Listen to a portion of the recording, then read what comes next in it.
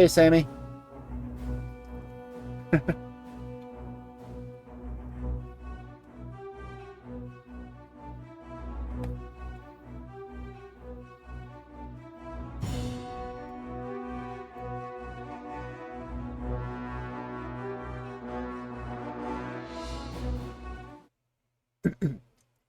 So how's the kitty daughter?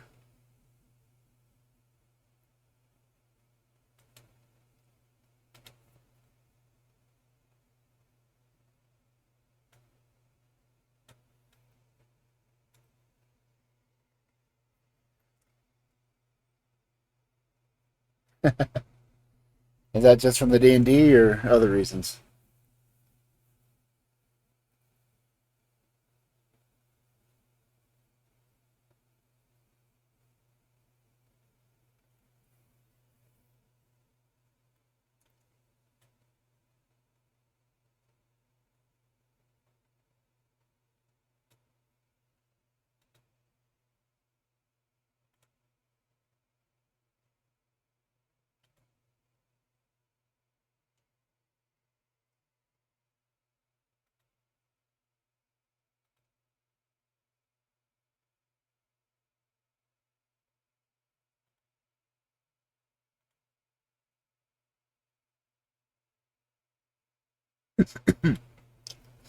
Let me get something set up here. So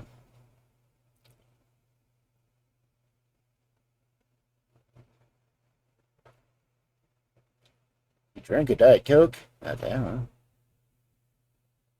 so that'll do it sometimes.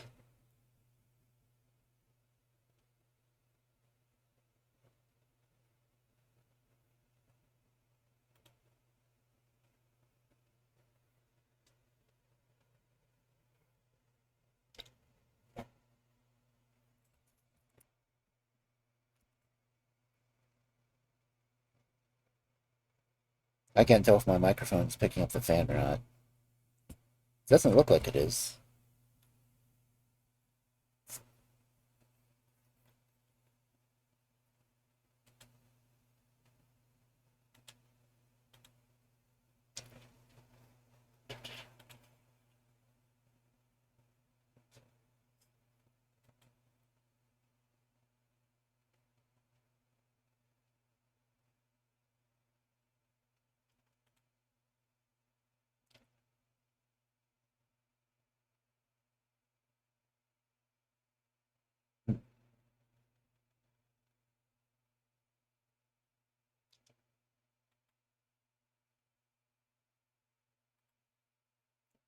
I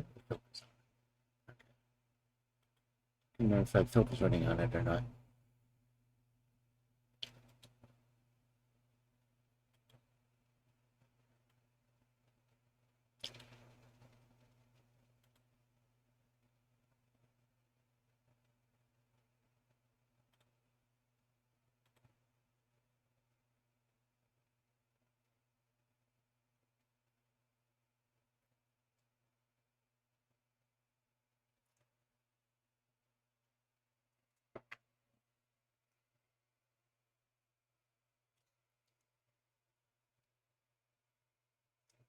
Oh, I heard my woo. I guess it works well. Ouch.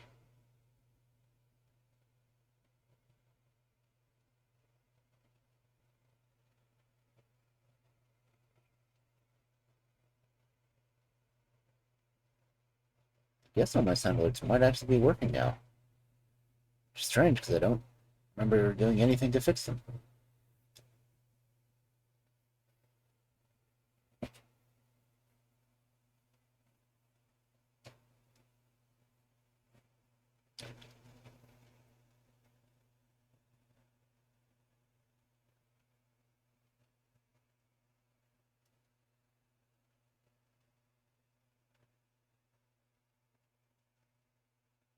Let's see, I've got 11 subs, so that means I'm giving at least one book away.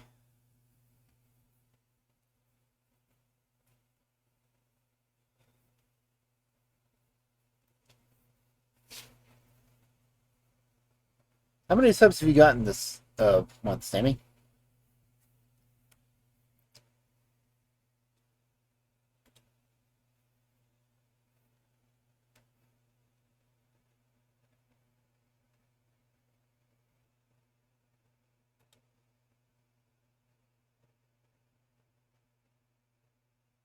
Sorry, what? Huh?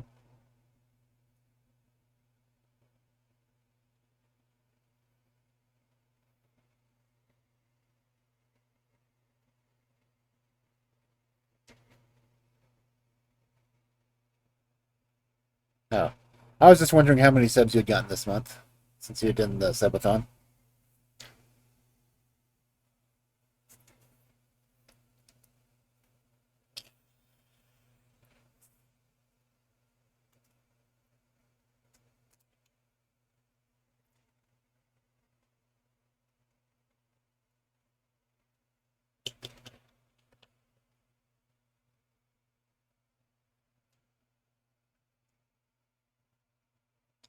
Cool.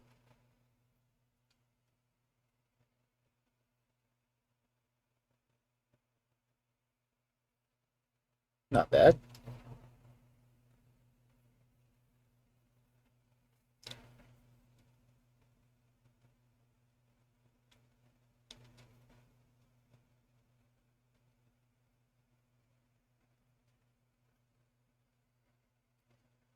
Sorry I haven't had any money to actually do subs. But even then, if I do, I'd probably do it anonymous.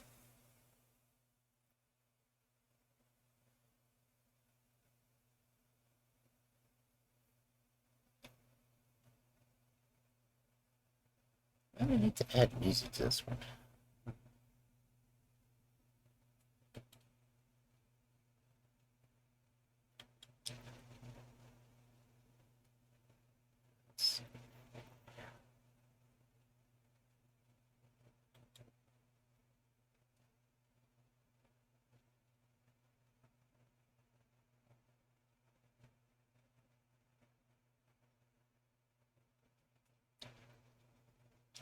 Well, I can't say you've definitely done better than I have.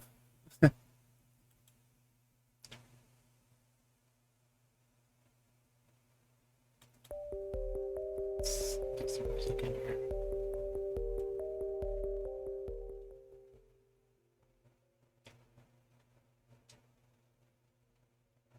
I just couldn't find a time that people would be on.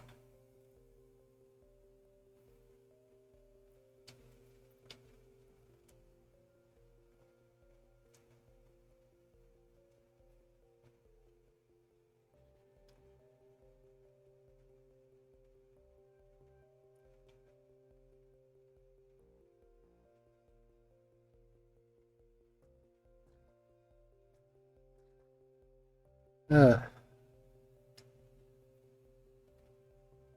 I think the only thing I found out is that I really don't know how to schedule anything. So,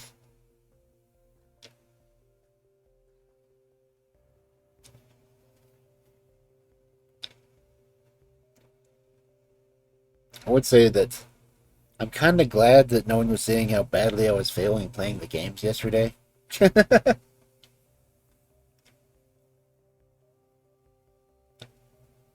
I just lucked out and wasn't getting really nasty flavored beans.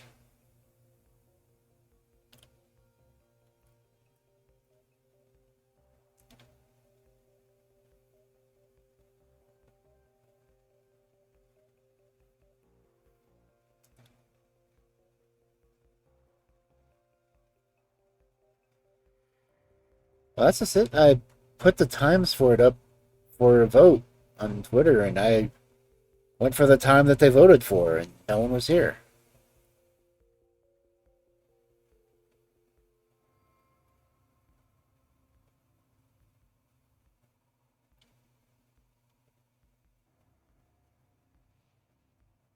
I mean, I laid it all out. I said what games I was going to be playing, and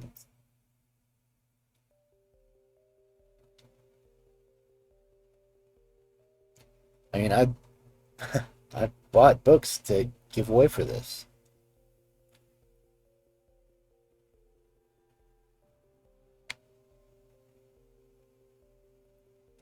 I mean, the Grey Wolf edition that I got, I literally had them add a page saying it was for the subathon.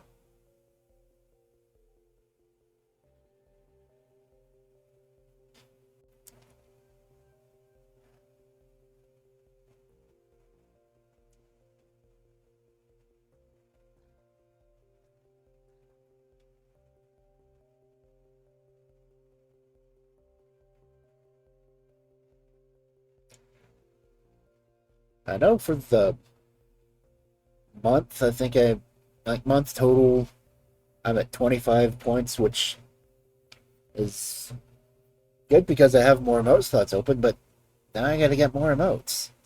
I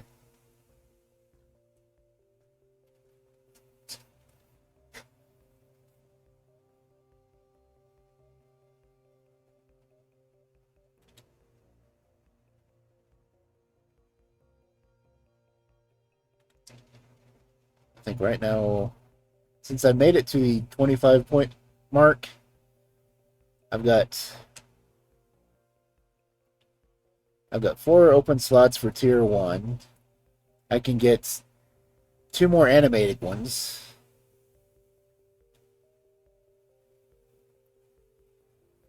That's like, I don't have the money to get them.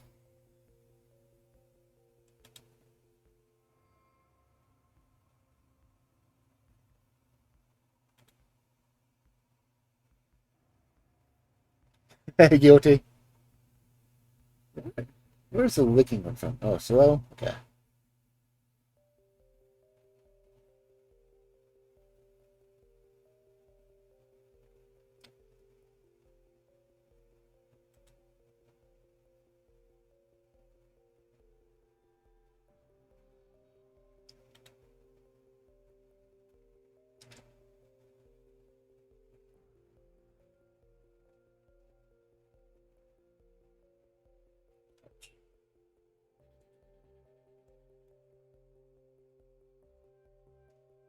And I'm honestly trying to find ways of making money without having to resort to going back to retail.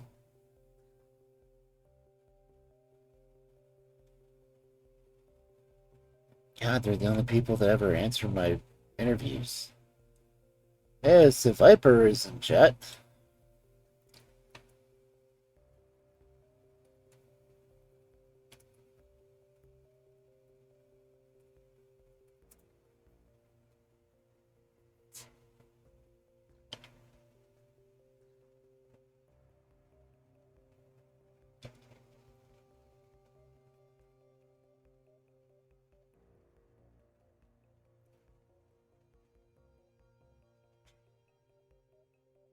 So, how was your guys' week spent?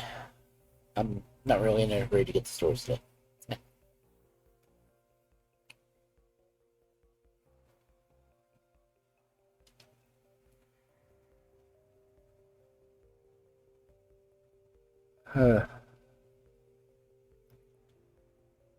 I'm not really that good with strategy.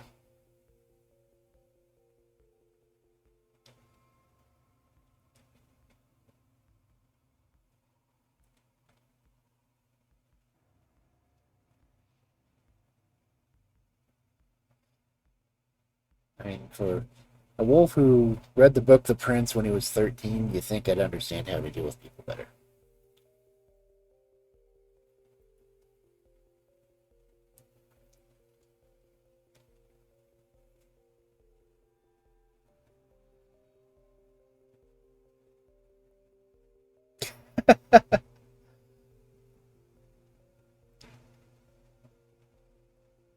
Oh, Fussabot's finally waking up.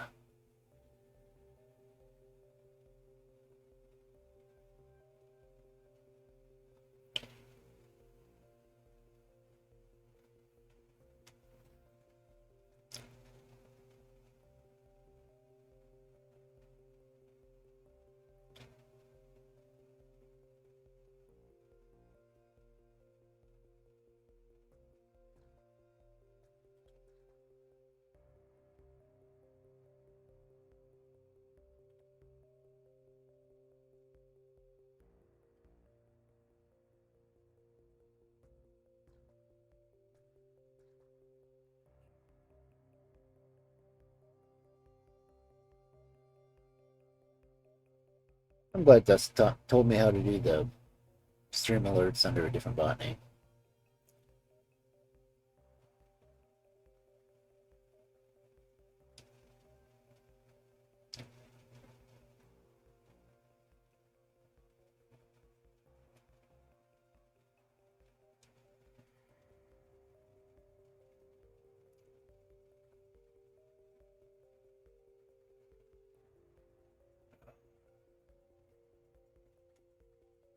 Well, it's 9/11. I guess I should go search over stories.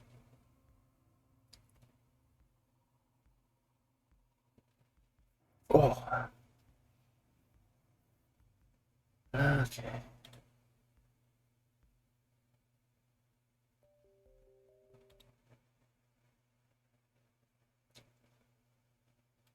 So,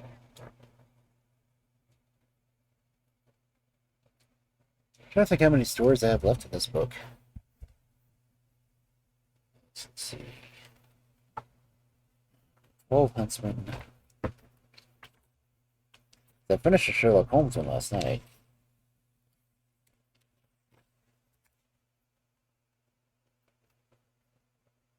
Okay, 12 Huntsmen.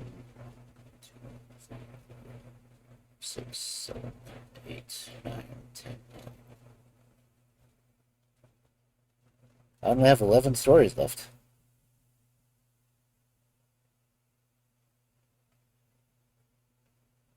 Huh. I have to get another book here, too.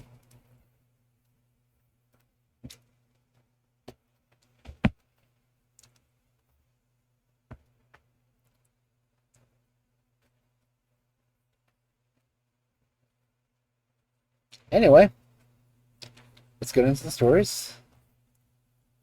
And our first story for the night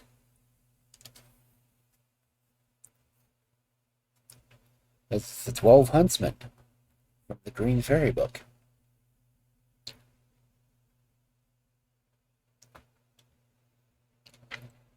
Once upon a time, there was a king's son who was engaged to a princess whom he loved dearly. One day, as he sat by her side, feeling very happy, he received news that his father was dying and at the point of death, and desired to see him before his end. So he said to his love, "Alas, I must go off and leave you, but take this ring and wear it as a remembrance of me, and when I am king, I will return and fetch you home."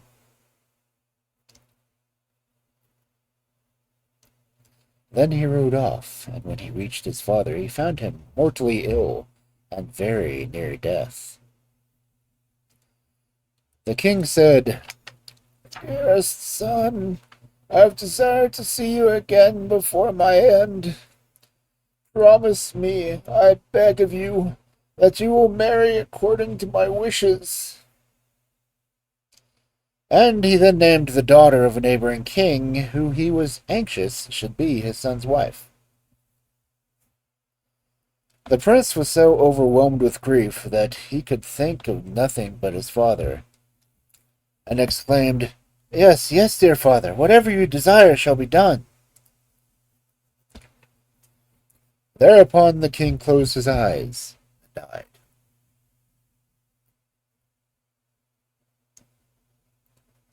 After the prince had been proclaimed king, and the usual time of mourning had elapsed, he felt that he must keep the promise he had made to his father.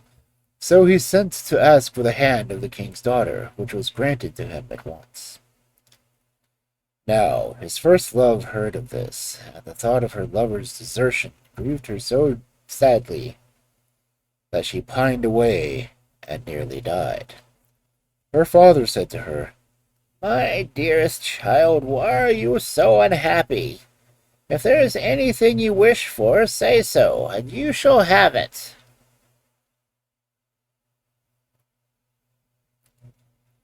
His daughter reflected for a moment, and then said, "Dear father, I wish for 11 girls as nearly as possible of the same height, age, and appearance of myself."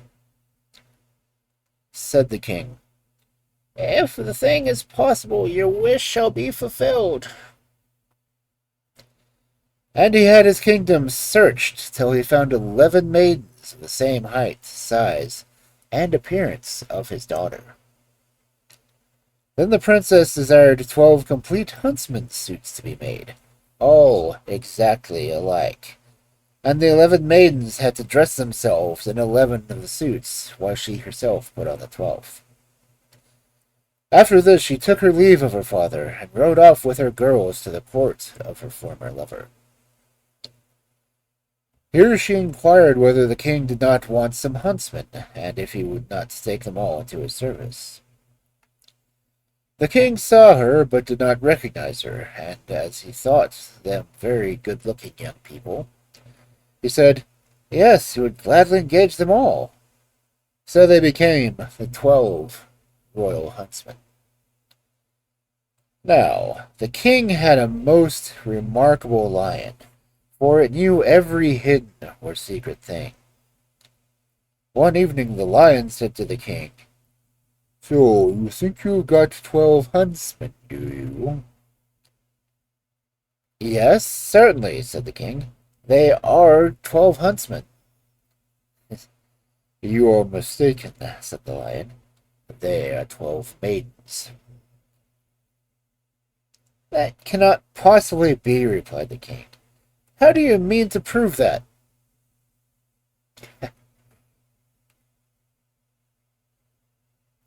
Just have a number of peas strewn over the floor of your antechamber, said the lion, and you will soon see.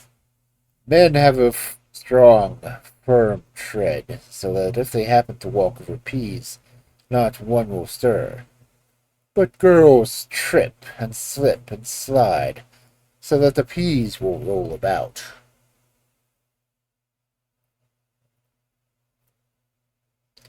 The king was pleased with the lion's advice and ordered the peas to be strewn about his anteroom.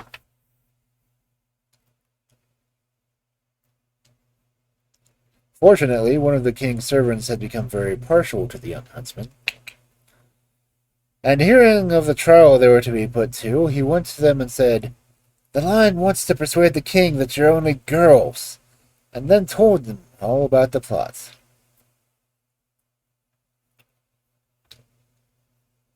The king's daughter thanked him for the hint, and after he was gone she said to her maidens, now make every effort to tread firmly on the peas.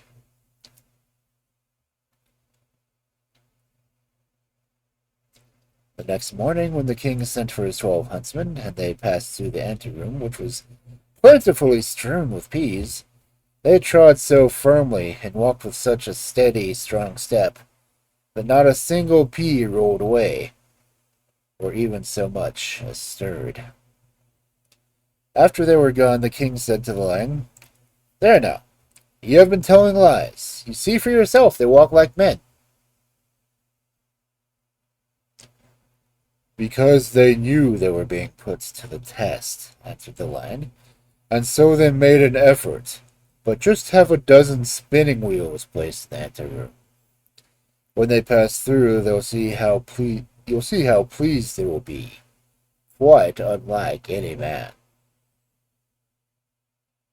Sexist lion. The king was pleased with the advice, and desired 12 spinning wheels to be placed in his antechamber. But the good-natured servant went to the huntsman and told them all about this fresh plot. Then, as soon as the king's daughter was alone with her maidens, she exclaimed, now pray make a great effort, and don't even look at those spinning wheels.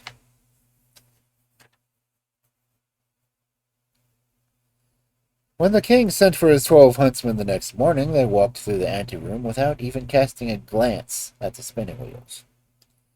Then the king said once more to the lion, you've deceived me again. They are men, for they never once looked at the spinning wheels.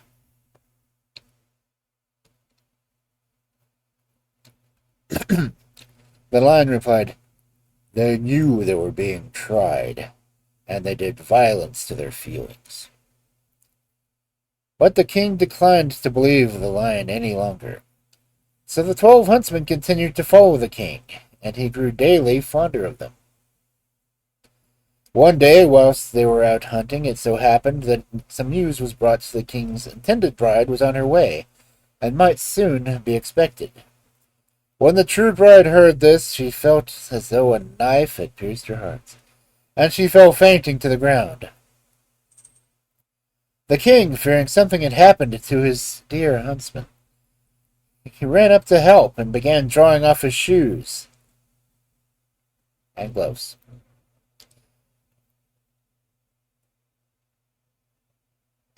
Then he saw the ring which he had given to his first love, and as he gazed into her face, he knew her again, and his heart was so touched that he kissed her.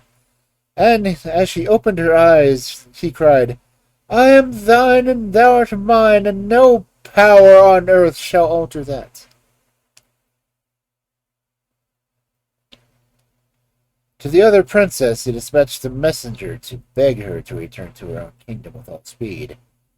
For, he said, I have got a wife, and he who finds the old key again does not require a new one. Thereupon the wedding was celebrated with great pomp, and the lion was restored to royal favor.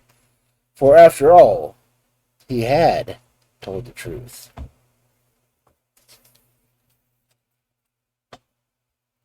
And the real truth is, the prince really likes tomboys. I mean, I'm going to have to crop that off when I do the edit for the storybook, but you know, that kind of thing.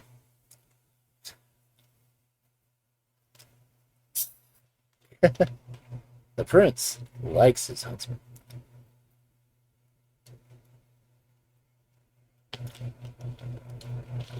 And in all honesty, I like a woman who hunts too, but that might be because I'm a wolf.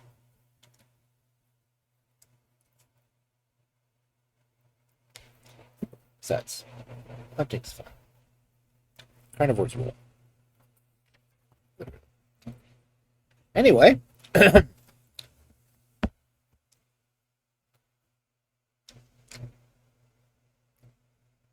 our next wondrous story for the night,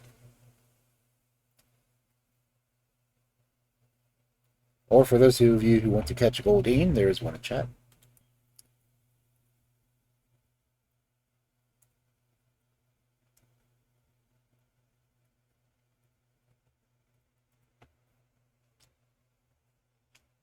Anyway, the story. The Fox and the Wolf.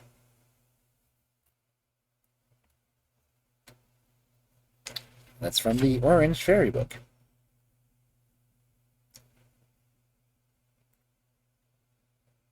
At the foot of some high mountains there was, once upon a time, a small village, and a little way off two roads met, one of them going to the east, and the other going to the west.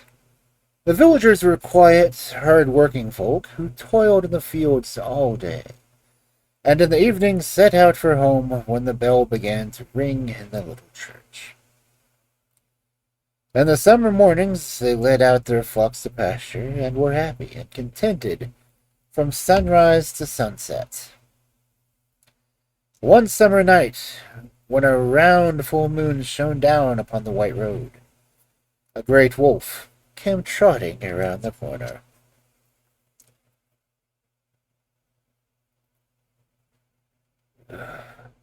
I must positively get a good meal before I go back to my den, he said to himself. It is nearly a week since I have tasted anything but scraps, though perhaps no one would think to look at my figure. Of course, there are plenty of rabbits and hares in the mountains, but indeed one needs to be a greyhound to catch them. And I am not so young as I once was. If I could only dine off that fox I saw a fortnight ago, curled up in a delicious hairy ball, I should ask nothing better. I would have eaten her then, but unluckily her husband was lying awake beside her, and one knows that foxes, great and small, run like the wind. Really, it seems as if there was not a living creature left for me to prey upon but a wolf. And as the proverb says, one wolf does not bite another. However, let us see what this village can produce, as I am as hungry as a schoolmaster.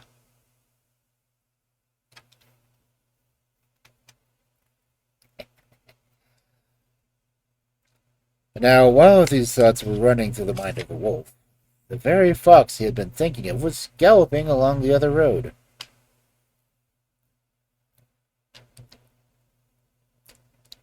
The whole of this day I've listened to those village hens clucking till I could bear it no longer, murmured she, as she bounded along, hardly seeming to touch the ground. When you are fond of fowls and eggs, it is the sweetest of all music. As sure as there's a sun in the heaven, I will have some this night, for I have grown so thin that my very bones rattle, and my poor babies are crying for food. As she spoke, she reached the little plot of grass where the two roads joined, and flung herself under a tree to take a little rest, and to settle her plans. At this moment, the wolf came up. At the sight of the fox lying within his grasp, his mouth began to water, and his joy was somewhat checked when he noticed how thin she was. The fox's quick ears heard the sound of his paws, though they were soft as velvet, and turning her head, she said politely, "Is that you, neighbor? What a strange place to meet in. I hope you are quite well." "Quite well as regards my health," answered the wolf, whose eyes glistened greedily. "At least as well as one can be when one is very hungry. But what is the matter with you? A fortnight ago you were as plump as a heart could wish."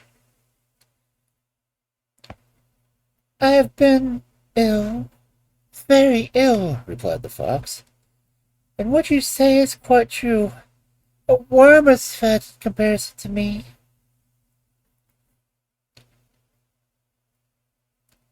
"He is. Still, you are good enough for me, for to the hungry no bread is hard." "Oh, you're always joking. I'm sure you're not half as hungry as I am."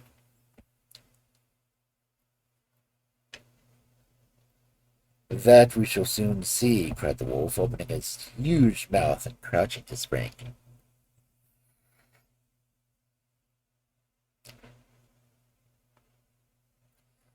"What are you doing?" exclaimed the fox, stepping backwards. "What am I doing? I'm going to do what I'm going to do is make my supper off of you, in less time than a cock takes to crow." "Well, I suppose you must have your joke," answered the fox lightly, but never removing her eyes from the wolf, who replied with a snarl which showed all his teeth. "I don't want to joke, but to eat." "But surely a person of your talents must perceive that you might eat me to the very last morsel and never know that you had swallowed anything at all."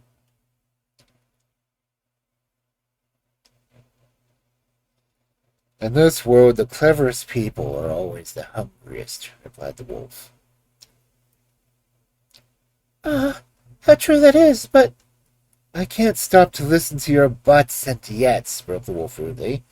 "Let us get to the point, and the point is that I want to eat you, and not talk to you." "Have you no pity for a poor mother?" asked the fox, putting her tail to her eyes, but peeping slyly through them all the same.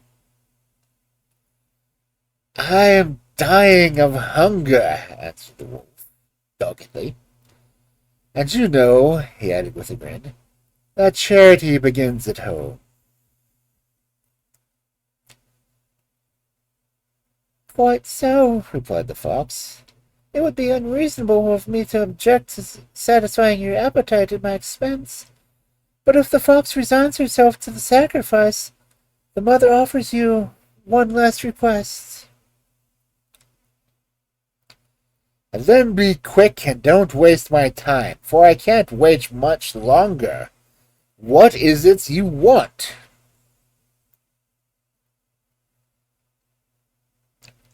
"You must know," said the fox, "that in this village there's a rich man who makes in the summer enough cheeses to last him for the whole year, and keeps him in an old well now dry in his courtyard."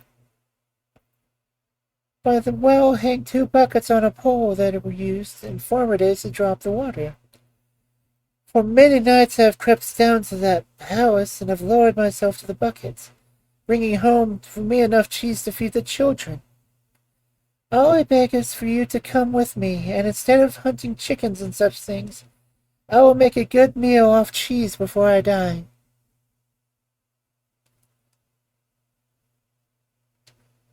But the cheeses may all be finished by now. If only you were to see the quantities of them, laughed the fox. And if they were finished, there would always be meat to eat. Well, I will come. Lead the way, but I warn you that if you try to escape or play any tricks, you are reckoning without your host. And that is to say, without my legs. Are you long as yours?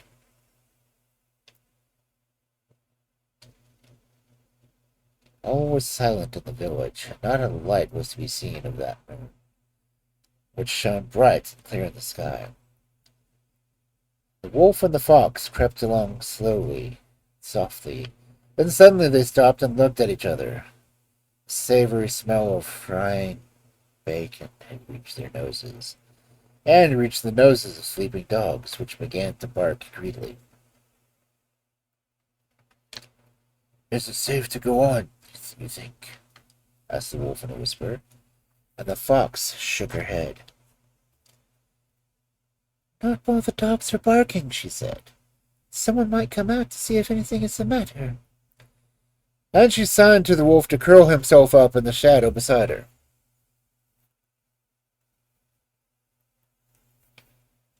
In about half an hour the dogs grew tired of barking, or perhaps the bacon was eaten up and there was no smell to excite them. Then the wolf and the fox jumped up and hastened to the foot of the wall.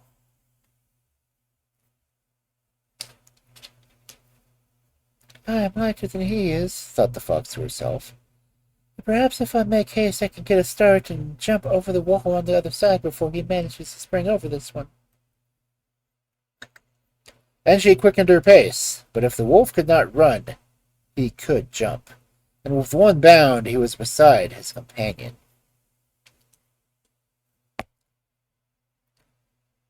"What were you going to do, comrade?" "Oh, nothing," replied the fox, much vexed at the failure of her plan. "I think if I were to take a bit of your haunch, you would jump better," said the wolf, giving a snap at her as he spoke.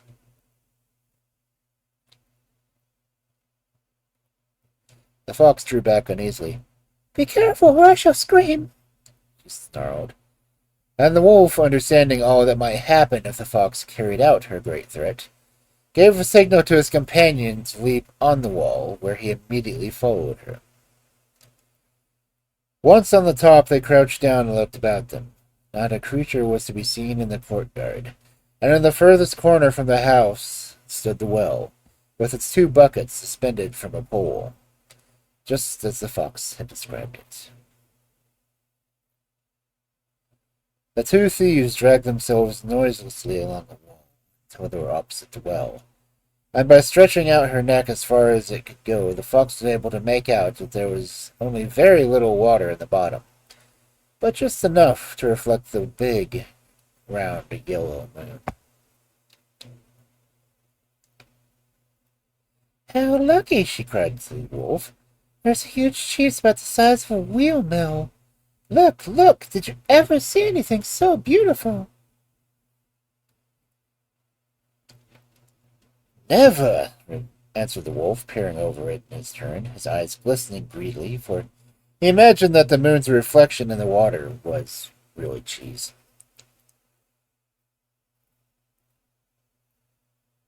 "And now, unbeliever, what have you to say?"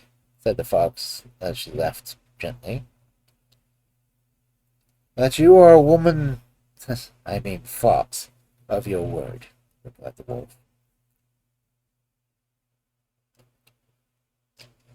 "Well, then, go down in that bucket and eat your fill," said the fox. "Oh, is that your game?" asked the wolf with a grin. "No, no. The person who goes down in the bucket will be you. And if you don't go down, your head will go without you.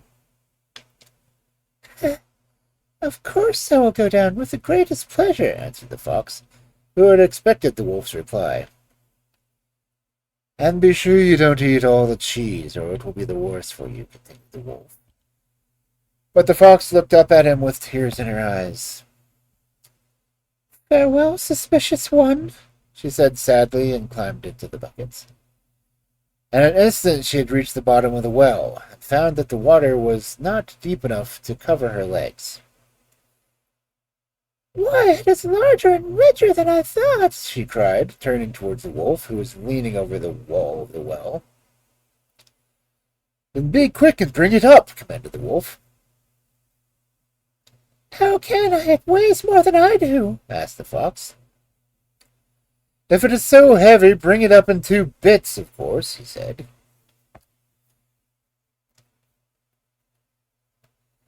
But I have no knife, answered the fox. You will have to come down yourself, and we will carry it up between the 2 of us. And how am I supposed to come down? Inquired the wolf.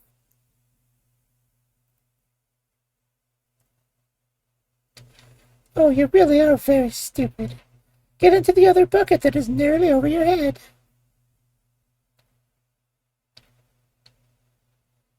The wolf looked up and saw the bucket hanging there, and with some difficulty he climbed into it. As he weighed at least 4 times as much as the fox, the bucket went down with a jerk, and the other bucket, in which the fox was seated, came to the surface. As soon as he understood what was happening, the wolf began to speak like an angry wolf, but was a little comforted when he remembered that the cheese still remained with him. But where is the cheese? He asked the fox, who in turn was leaning over the parapet, watching his proceedings with a smile. The cheese, answered the fox. Why, I'm taking it home to my babies who are too young to get food for themselves. Ah, traitor! Cried the wolf, howling with rage. But the wolf was not there to hear his insult, for she had gone off to the neighboring fowl house, where she had noticed some fat young chickens the day before. Perhaps I did treat him rather badly, she said to herself. But it seems cloudy, and if there should be heavy rain, the other bucket will fill and sink to the bottom, and his will go up. At least it may.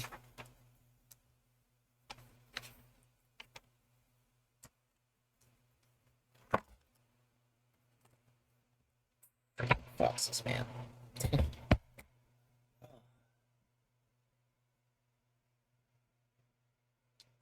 Now there's a hand door, which I may not be able to get.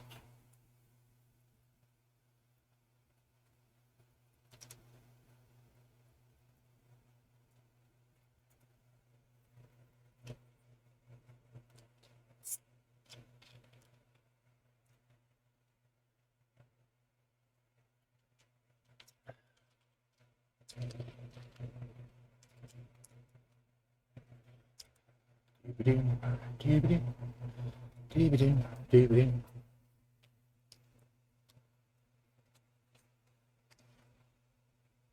a minute.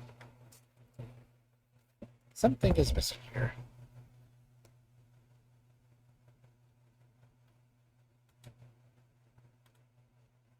Oh, that's what. Everyone, My sounds weren't playing.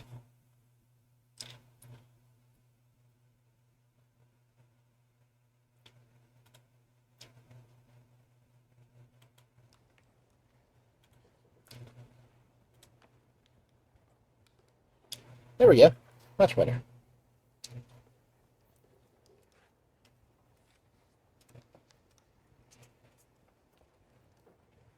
Ah.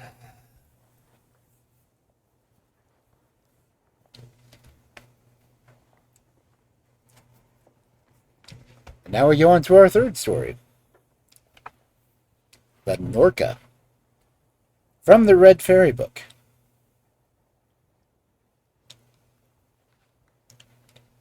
Once upon a time, there lived a king and queen They had 3 sons. 2 of them had their wits about them. The third, well, he was a simpleton. And now, the king had a deer park in which there were quantities of wild animals of different kinds. Into that park there used to come some huge beast, Norka was its name, and do fearful mischief, devouring some of the animals every night. The king did all he could, but he was unable to destroy it. So at last he called his sons together and said, "Whoever will destroy the Norka, to him I will give half my kingdom."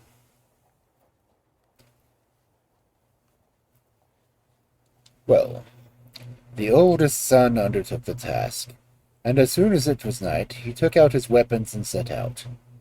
But before he reached the park, he went into a traktir, or tavern, and there he spent the whole night in revelry. When he came to his senses, it was too late. The day had already dawned. He felt himself disgraced in the eyes of his father, but there was no help for it. The next day the second son went, and did just the same. Their father scolded them both soundly, and there was an end to it. Well, on the third day the youngest son undertook the task. They all laughed at him in scorn, because he was quite stupid, feeling sure that he wouldn't do anything. But he took his arms and went straight into the park and sat down on the grass in such a position that the moment he went to sleep his weapons would prick him, and he would awaken again. Presently at midnight, the hour sounded. The earth began to shake, and the Norka came rushing up and burst right through the fence into the park. So huge was it. The prince pulled himself together and leapt to his feet, crossed himself, and went straight at the beast. It fled back, and the prince ran after it, but he soon saw that he couldn't catch it on foot. So he hastened to the stable, laid his hands upon the best horse there, and set off in pursuit. Presently he came up with the beast, and they began to fight. They fought, and they fought, and the beast gave the prince knock. The prince gave the beast 3 wounds. At last they were both utterly exhausted, so they lay down to take a short rest. But the moment the prince closed his eyes, up jumped the beast and took to flight.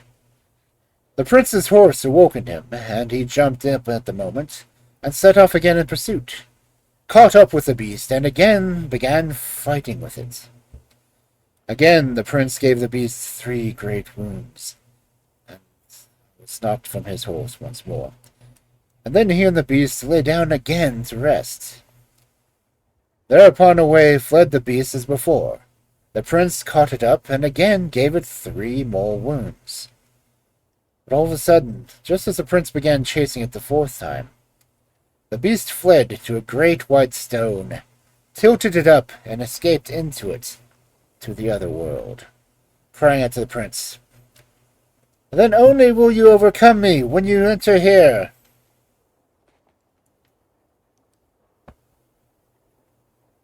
The prince went home, told his father all that had happened, and asked him to have a leather rope plaited, long enough to reach the other world. His father ordered this to be done. When the rope was made, the prince called for his brothers, and he and they, having taken servants with them, and everything that was needed for a whole year's journey, set out for the place where the beast had disappeared under the stone. When they got there, they built a palace on the spot, and lived in it for some time.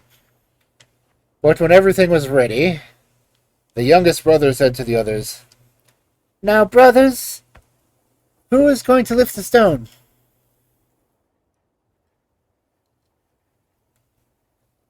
Neither of them could so much as stir it, But as soon as he touched it, away it flew to a distance, though it was ever so big as a hill. And when he had flung the stone aside, he spoke for a second time to his brothers, saying, "Who is going to the other world to overcome the Norka?"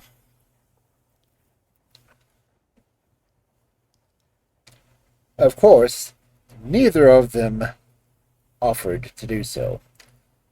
So then he laughed at them for being such cowards, and said, "Well, brothers, farewell. Lower me into the other world, and don't go away from here. But as soon as the cord is jerked, please pull it up."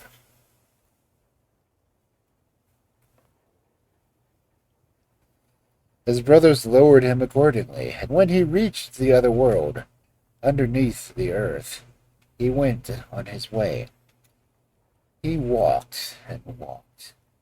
Presently he espied a horse with such rich trappings on it. He said to him, "Hail, Prince Ivan! Long have I waited thee." The boy's name was Ivan. He mounted the horse and rode on, until he saw standing before him a palace made of copper.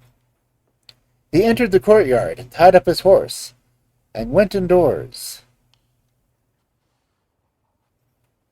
In one of the rooms a dinner was laid out.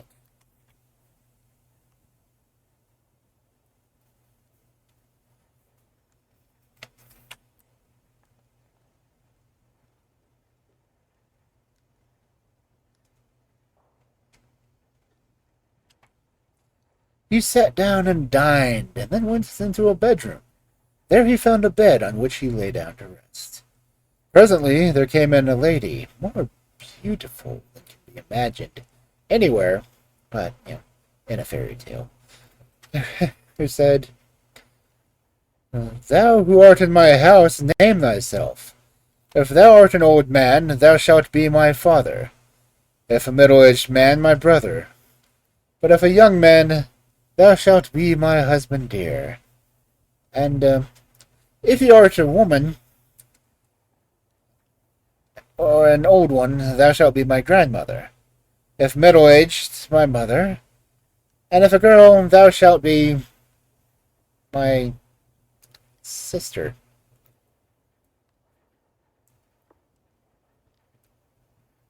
Thereupon he came forth, and when she saw him, she was delighted with him, and said, "Wherefore, O Prince Ivan, my husband dear, shalt thou be? Wherefore hast thou come hither?"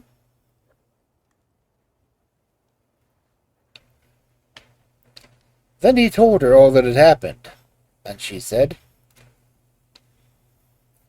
"That beast that thou wishest to overcome is my brother. He is staying just now with my second sister, who lives not far from the Silver Palace.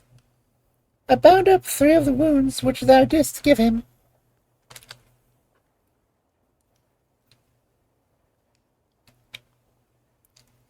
Well, after this they drank and enjoyed themselves, and held sweet converse together. And then the prince took leave of her, and went on to the second sister, the one who lived in the Silver Palace. And with her he also stayed a while. She told him that her brother Norka was then at the youngest sister's. So he went to the youngest sister, who lived in a golden palace.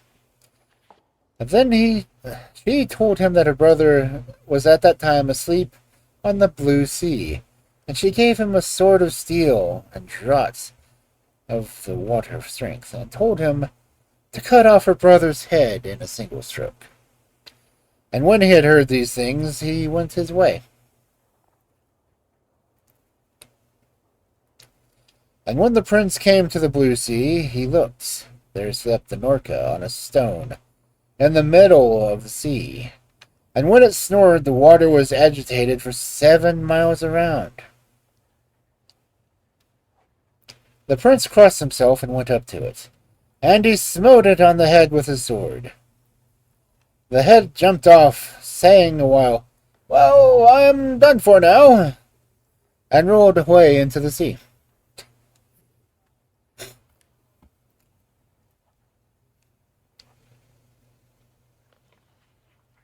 After killing the beast, the prince went back, again picking up the three sisters along the way, with the intention of taking them out to the upper world, for they all loved him, and would not be separated from him.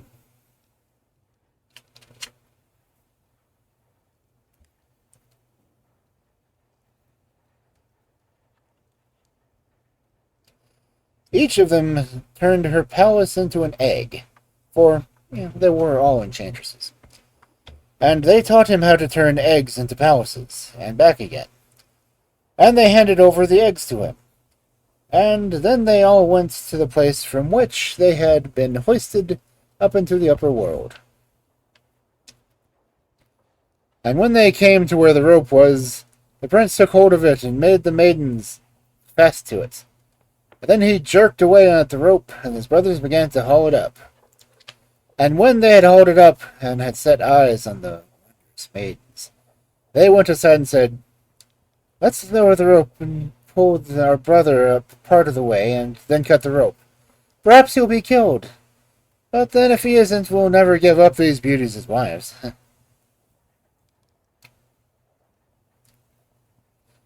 When they had agreed on this, they lowered the rope. But their brother was no fool, and he guessed what they were at. So he fastened the rope to a stone, and then gave it a pull. His brothers hoisted the stone a great height, and then cut the rope. Down fell the stone and broke into pieces. The prince poured forth tears and went away. Well, he walked, and presently a storm arose, and lightning flashed and thunder roared, and rain fell in torrents. He went up to a tree in order to take shelter under it, and on that tree he saw some young birds which were being thoroughly drenched. He took off his coat and covered them with it, and he himself sat down under the tree. Presently came a bird. The bird came flying up, and she perceived that her little ones were covered over. And she said, "I was wrapping up my nestlings." And presently, seeing the prince, she asked, "Did thou do it? Thanks. In return, ask of me anything thou desirest, for I will do anything for thee." "Then carry me into the other world," he replied. "Make me a large vessel with a partition in the middle," she said. "Catch all sorts of game, and then put them in one half of it, and into the other half pour water, so that I may have meat and drink for me."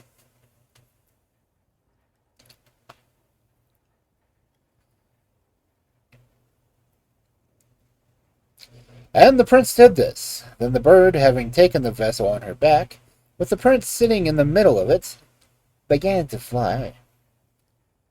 And after flying some distance, she brought him to his journey's end, and took leave of him, and flew away back.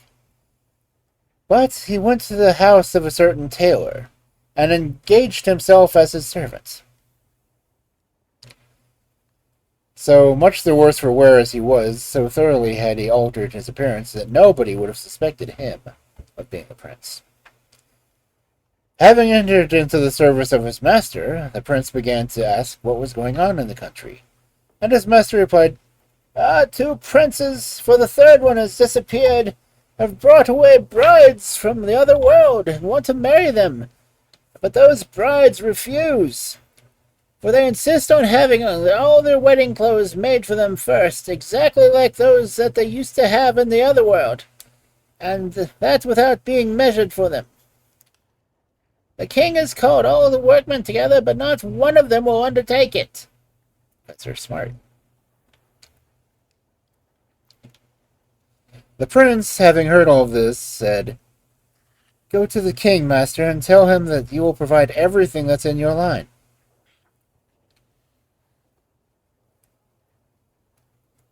"However can I undertake to make clothes of that sort? I will work for common folks," said his master. "Go along, master. I will answer for everything," says the prince.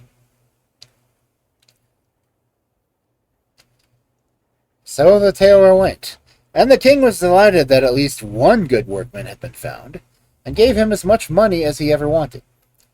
When the tailor had settled everything, he went home, and the prince said to him, "Now then, pray to God and lie down to sleep. Tomorrow all will be ready." And the tailor followed his lad's advice and went to bed. Midnight sounded. The prince arose and went out of the city into the fields, and took out the eggs from his pockets, the eggs which the maidens had given him. And as they had taught him, he turned them into the 3 palaces. And to each of these he entered, and took the maidens' robes, then went out again, and returned the palaces to eggs. And he went home. And when he got there, he hung up the robes on the wall, and then lay down to sleep. Early in the morning his master awoke, and behold, there hung such robes as he had never seen before, all shining with gold and silver and precious stones. He was delighted, and he seized them and carried them off to the king. When the princesses saw that the clothes were those which they had been theirs in the other world, they guessed that Prince Ivan was in this world. So they exchanged glances with each other, but they held their peace. And the master, having handed over the clothes, went home, but he no longer found his dear journeyman there. For the prince had gone to a shoemaker's, and him too he sent to work for the king. And in this way he went around to all the different artificers, and they all proffered him thanks, inasmuch as through him they were enriched by the king. By the time the princely workmen had gone around to all the different artificers, the princesses had received what they had asked for. All their clothes were just like they had been in the other world. Then they wept bitterly because the prince had not come, and it was responsible for them to hold out any longer. It was necessary that they should be married, but when they were ready for the wedding, the youngest bride said to the king, "Allow me, father, to go and give alms to the beggars."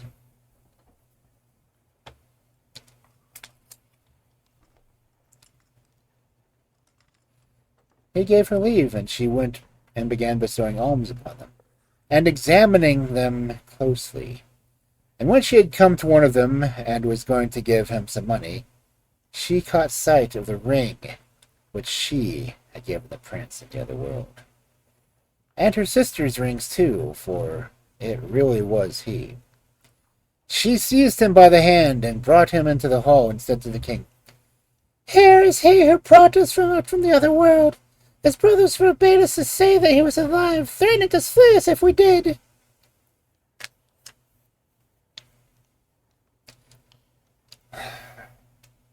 Then the king was wroth with his sons, and punished them as he thought best.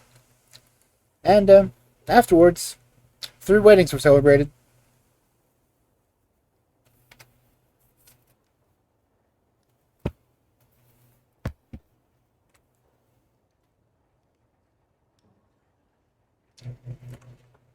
So which one did the youngest son get to marry?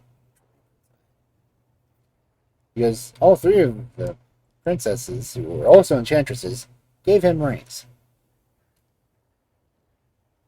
So did he just get to marry all 3 of them, or did his brothers get married too?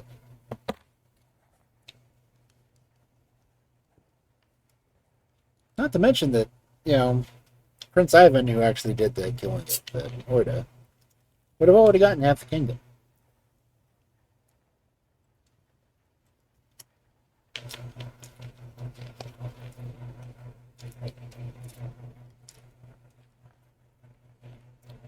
So I guess the oldest one would get the other half of the kingdom after their dad died? Or would I get all of them? Fairy tale politics. Very confusing.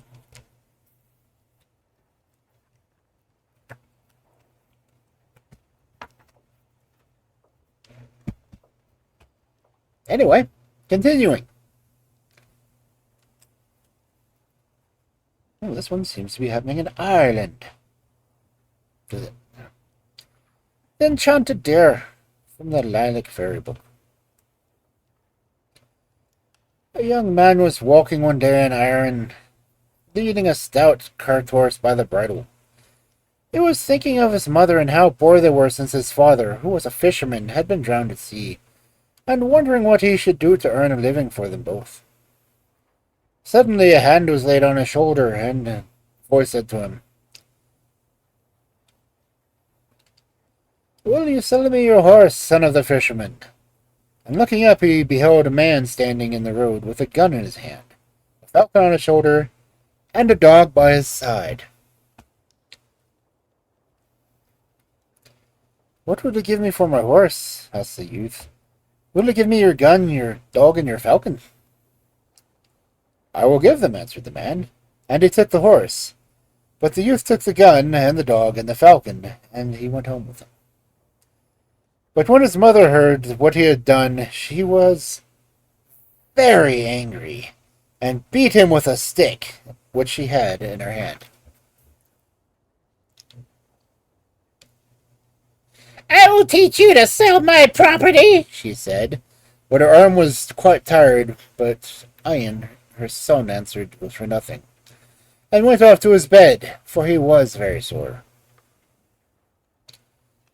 That night he arose softly and left the house, carrying the gun with him. "I will not stay here to be beaten," he thought. And he walked, and he walked, and he walked, till it was day again, and he was hungry and looked about him to see if he could get anything to eat. Not very far off was a farmhouse, so he went there and knocked on the door, and the farmer and his wife begged him to come in and share their breakfast. "Ah, you have a gun," said the farmer to the young man, who placed it in the corner. "That is well, for a deer comes every evening to eat all my corn, and I cannot catch it. It is fortunate that you were sent to me." "I will gladly remain and shoot the deer for you," replied the youth, and that night he hid himself and watched till the deer came to the cornfield.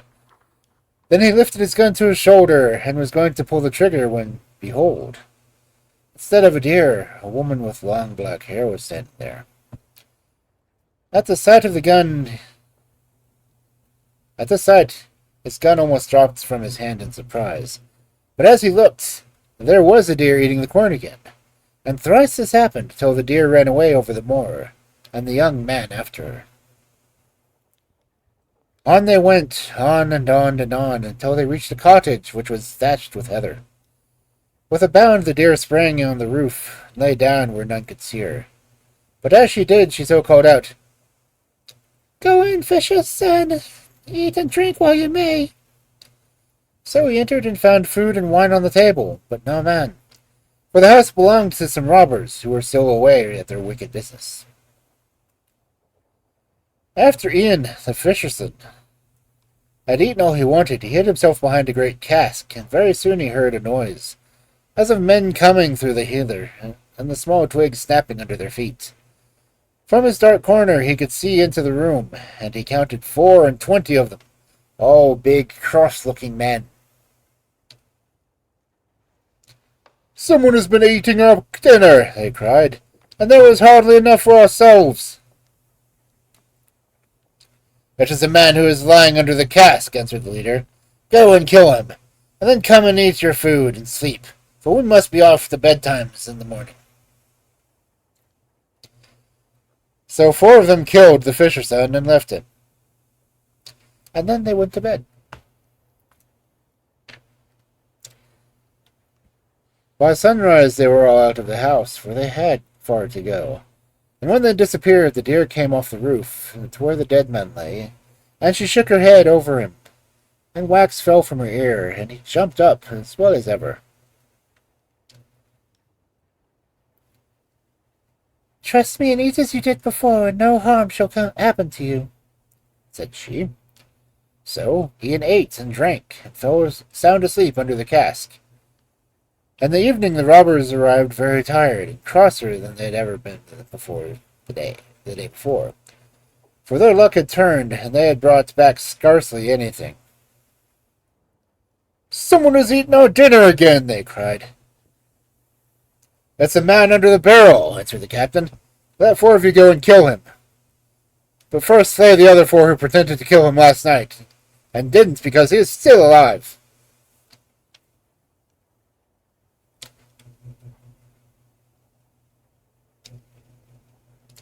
Then Ian was killed a second time, and after the rest of the robbers had eaten, they lay down and slept till morning.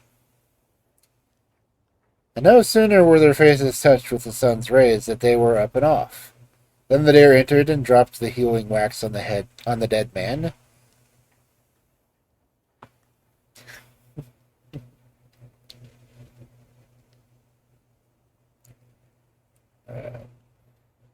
But this time he did not mind what befell him. So sure was he that the deer would take care of him. And in the evening that which happened before happened again. The four robbers were put to death, and also the fisher's son. But because there was no food left for them to eat, they were nearly mad with rage, and began to quarrel. From quarreling they went to fighting, and they fought so hard that by and by they were all stretched on the floor dead. Then the deer entered, and the fisher's son was restored to life. And bidding him to follow her, she ran on to a little white cottage where dwelt an old woman and her son, who was thin and dark.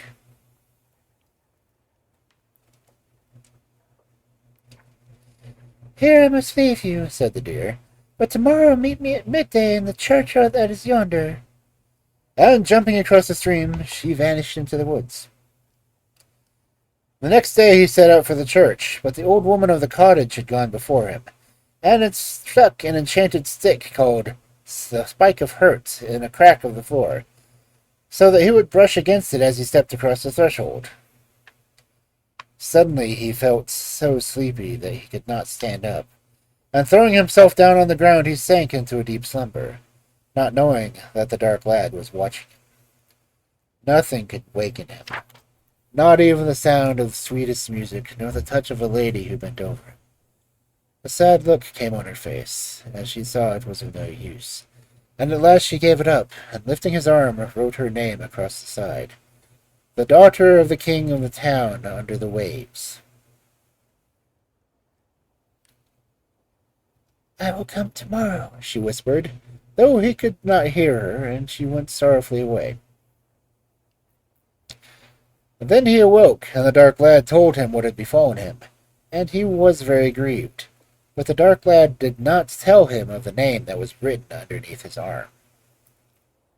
And the following morning the fisher's son again went to the church, determined that he would not go to sleep, whatever happened. But in his hurry to enter he touched his hand on the Spike of Hurt, and sank down where he stood, wrapped in slumber. A second time the air was filled with music, and the lady came in, stepping softly. But though she laid his head on her knee and combed his hair with a golden comb, his eyes did not open. Then she burst into tears, and placing a beautifully wrought box in his pocket, she went on her way. The next day the same thing befell the fisher's son, and this time the lady wept more bitterly than before, for she said it was the last chance, and she would never be allowed to come any more, for home she must go. As soon as the lady had departed, the fisher's son awoke, and the dark lad told him of her visit, and how he would never see her as long as he lived. At this the fisher's son felt the cold creeping up in his heart, yet he knew the fault had been that his sleep had overtaken him.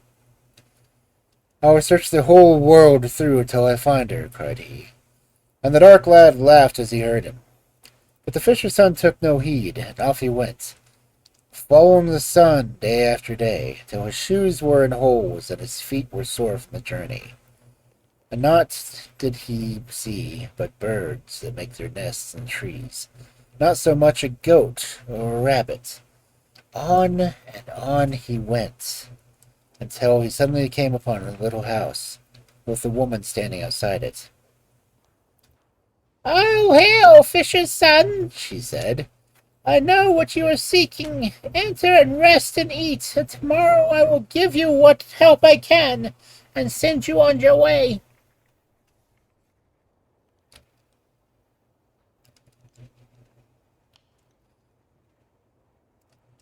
Gladly did Ian the fisher's son accept the offer, And all that day he rested, and the woman gave him ointments to put on his feet, which healed his sores. At daybreak he got up, ready to be gone, and the woman bade him farewell, saying, I have a sister who dwells on the road which you must travel. It is a long road, and it will take you a year and a day to reach it. But put on these brown shoes with holes all over them, and you will be there before you know it. Then shake them off and turn the toes to the known, and at their heels to the unknown, and they will come home themselves. The fisher's son did what the woman told him, and everything happened just as she had said. But at parting, the second sister said to him she gave him another pair of shoes. Go to my third sister, for she is a son who is a keeper of the birds of the air, and sends them to sleep when night comes. He is very wise, and perhaps he can help you. Then the young man thanked her, and went to the third sister. The third sister was very kind, but had no counsel to give him. So he ate and drank and waited until her son came home. After he had sent all the birds to sleep, he thought a long while after his mother had told him the young man's story, and at last he said that he was hungry, and the cow must be killed, as he wanted some supper. So the cow was killed and the meat cooked, and a bag made of its red skin. Now, get into the bag, bid the son, and the young man got in and took his gun with him. But the dog and the falcon he left outside. The keeper of the birds drew the string at the top of the bag and left it to finish his supper. When in flew an eagle through the open door and picked up the bag in her claws and carried it through the air to an island.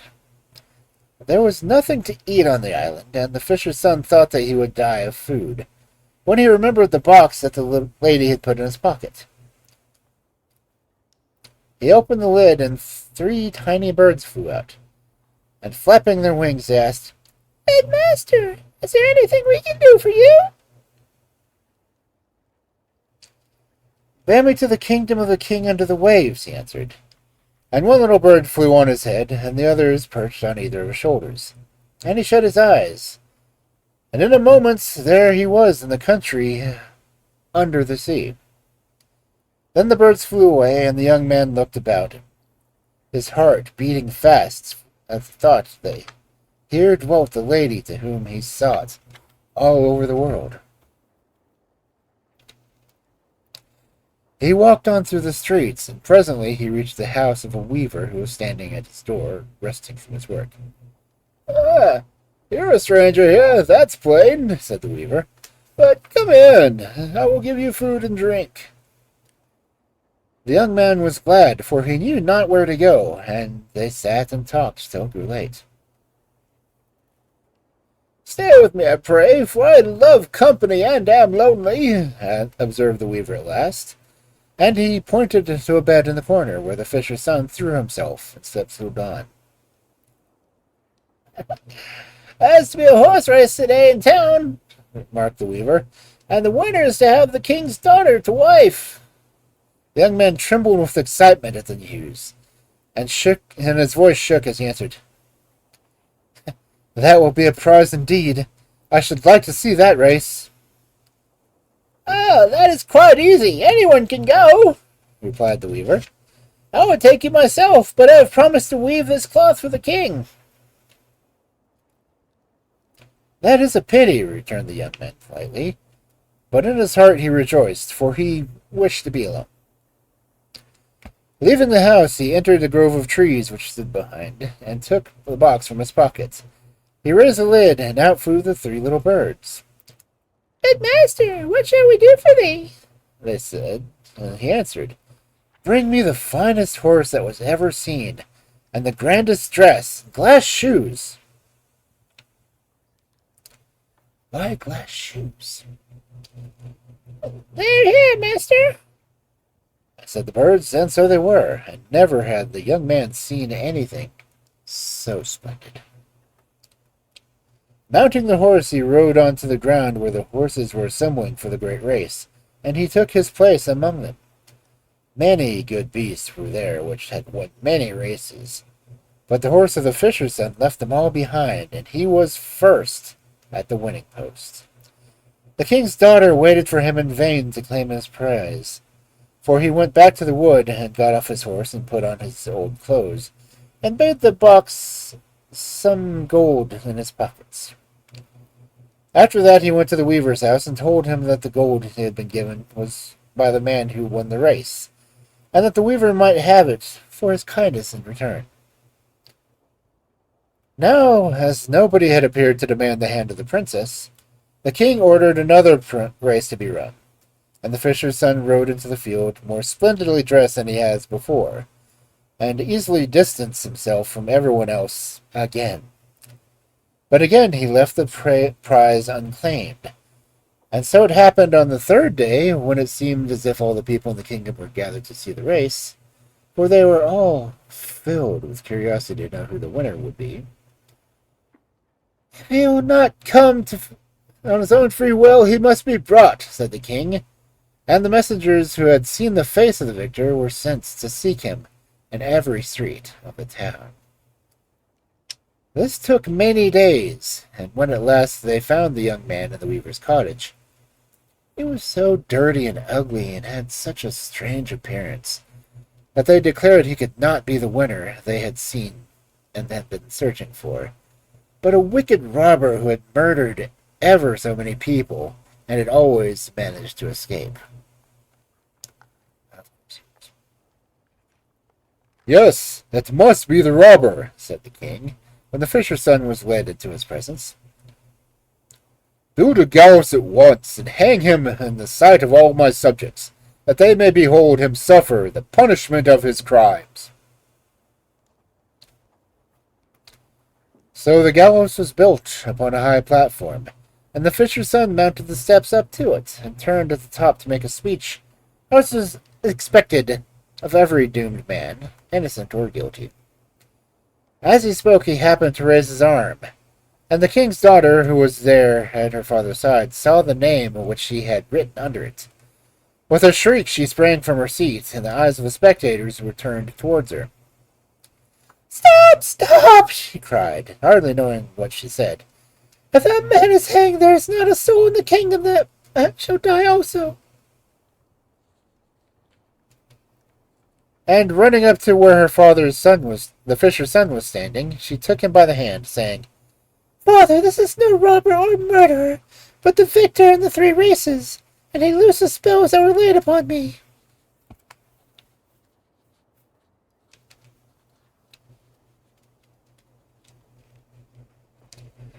But then, without waiting a reply, she conducted him to the palace, and bathed him in a marble bath, and all the dirt that the fairies had put upon him disappeared like magic.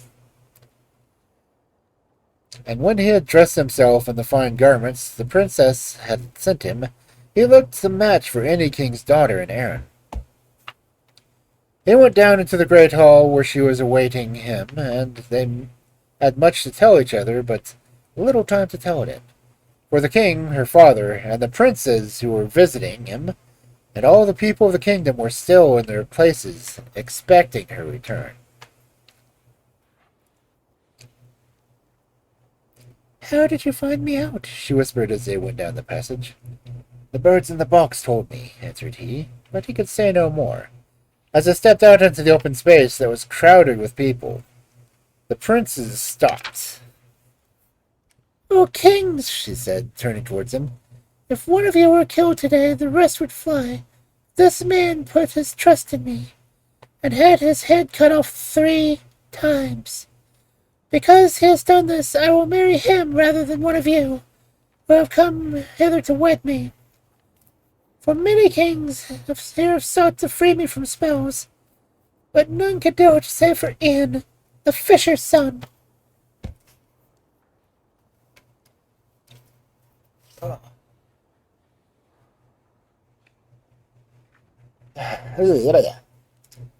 Man, that had a lot of weird stories going in it. Hi, Squall. How you doing?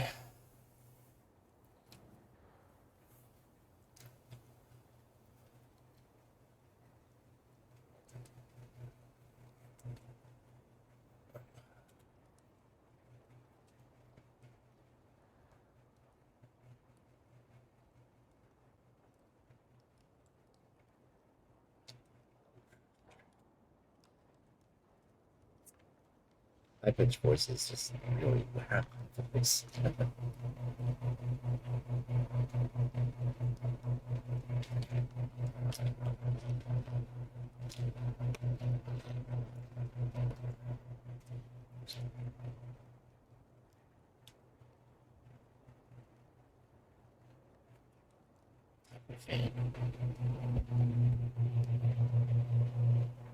Okay, let's make it my fan again.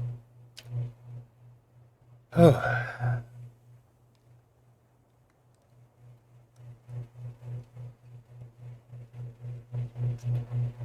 Still trying to pick up my fan. Oh. Let's see that works.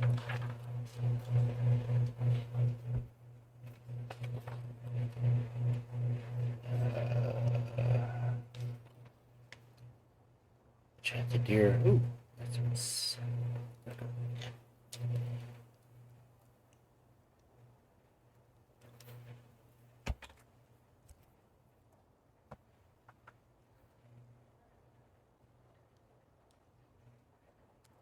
Oh, wow, my microphone's picking up the fan harder today. It's weird. Oh. I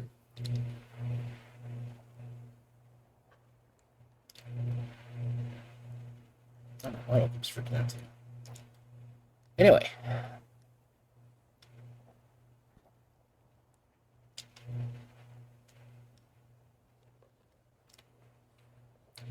Our next story. Elgin. I think I have an Elgin. Okay. Anyway, the next story. The White Wolf. From the Grey Fairy book. Once upon a time, there was a king who had 3 daughters. They were all beautiful, but the youngest was the fairest of the 3.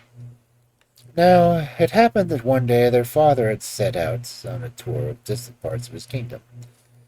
Before he left, the youngest daughter made him promise to bring back a wreath of wildflowers. When the king was ready to return to the palace, he bethought himself that he would like to take home presents for his 3 daughters. So he went to a jeweler's shop and bought a beautiful necklace for the eldest.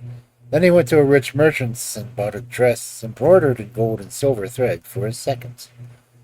But in none of the flower shops, nor in the market, could he find a wreath of wild flowers that his youngest daughter had her heart set on. So he had to set out homeward without it. Now his journey led him through a thick forest. While he was still about 4 miles distant from his palace, he noticed a white wolf squatting on the roadside, and behold, on the head of the wolf there was a wreath of wild flowers. Then he called to the coachman and ordered him to get down from the seat and fetch him the wreath from the wolf's head. But the wolf heard the order and said, "My lord and king, I will let you have the wreath, but I must have something in return."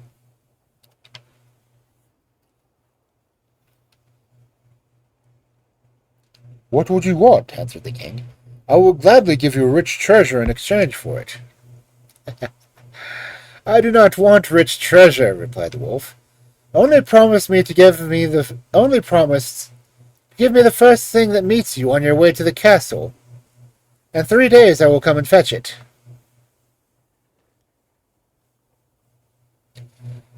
And the king thought to himself, "I am still a good long way from home. I'm sure to meet some wild animal or bird on the road. It will be quite safe to promise." So he considered, and carried the wreath away with him.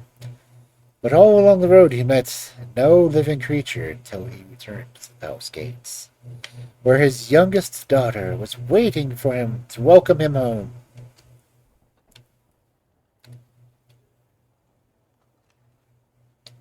That evening the king was very sad, remembering his promise. And when he told the queen what had happened, she too shed bitter tears. And when the youngest princess asked them why they both looked so sad and why they wept, Then her father told her what price he would have to pay for the wreath of wildflowers he had brought home to her. For in 3 days a white wolf would come and claim her and carry her away, and they would never see her again. But the queen thought and thought, and at last she hit upon a plan. There was in the palace a servant maid of the same age and same height as the princess, and the queen dressed her up in a beautiful dress belonging to her daughter, and determined to give her to the white wolf, who would never know the difference.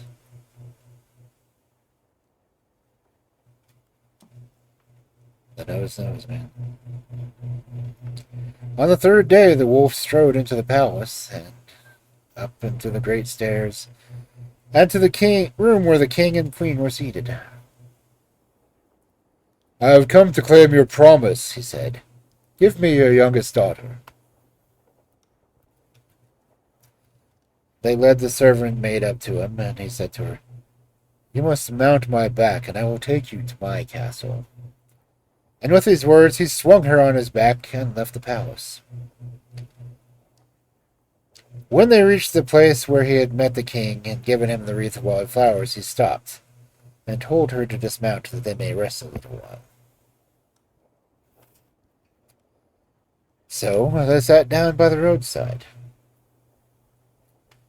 "I wonder," said the wolf, "what your father would do if this forest belonged to him." And the girl answered, "My father is a poor man. He would cut down the trees and sell them into planks. Then he would sell the planks, and we would never be poor again, but would always have enough to eat." The wolf knew that he had not got the real princess, and he swung the servant maid on his back and carried her to the castle. And he strode angrily into the king's chamber and spoke, "Give me the real princess at once. If you deceive me again, I will cause such a storm to burst over your palace that the walls will fall in, and you will all be buried in the ruins."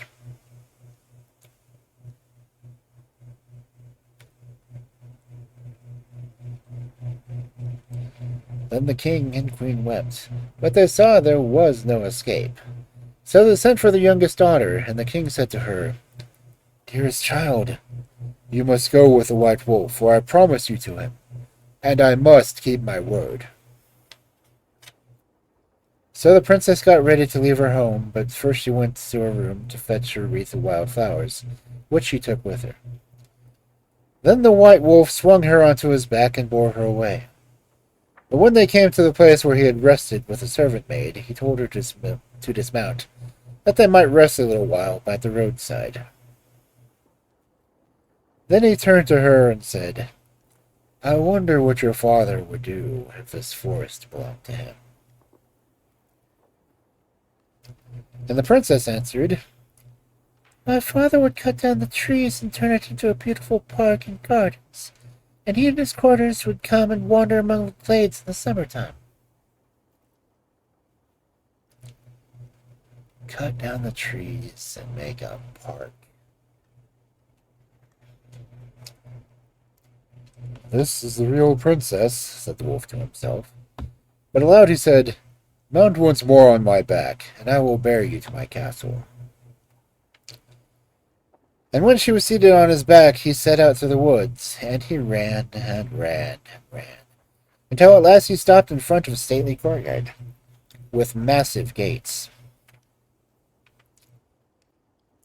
"This is a beautiful castle," said the princess, as the gates swung back and she stepped inside. "If only I were not so far away from my father and my mother."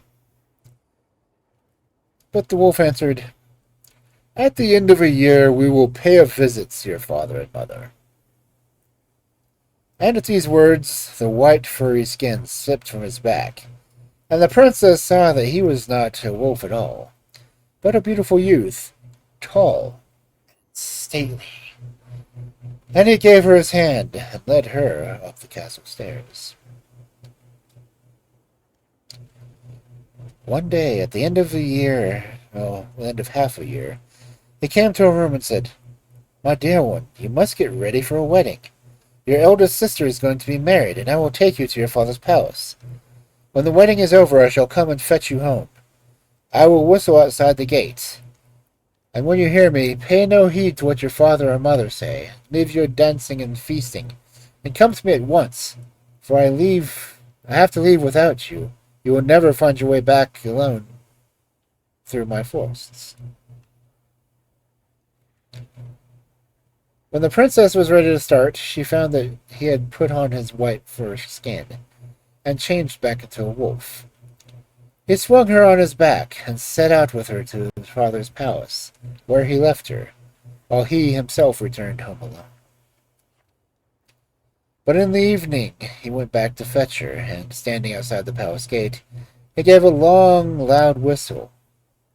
In the midst of her dancing, the princess heard the sound, and at once she went to him, and he swung her on his back and bore her away to his castle. Again, at the end of half a year, the prince came into a room, as the white wolf, and said, "Dear heart, you must prepare for the wedding of your second sister. I will take you to your father's palace today, and we will remain there together till tomorrow morning." So they went together to the wedding. In the evening, when the two were alone together, he dropped his fur skin, and ceasing to be a wolf, became a prince again. Now they did not know that the princess's mother was hiding in the room. When she saw the white skin laying on the floor, she crept out of the room and sent a servant to fetch the skin and to burn it in the kitchen fire. The moment the flames touched the skin, there was a fearful clap of thunder heard, and the prince disappeared out of the palace gate in a whirlwind, and returned to his palace alone. But the princess was broken-hearted, and spent the night weeping bitterly. Next morning she set out to find her way back to the castle, but she wandered through the woods and forests, and she could not find a path or track to guide her. For 14 days she roamed in the forest, sleeping under trees and living on wild berries and roots, and at last she reached a little house. She opened the door and went in, found the wind seated in the room all by himself. And she spoke to the wind and said, "Wind, have you seen the white wolf?" And the wind answered, "All day and all night I have been blowing around the world, and I have only just come home. I have not seen him." But he gave her a pair of shoes, in which he told her she would be able to walk 100 miles with every step.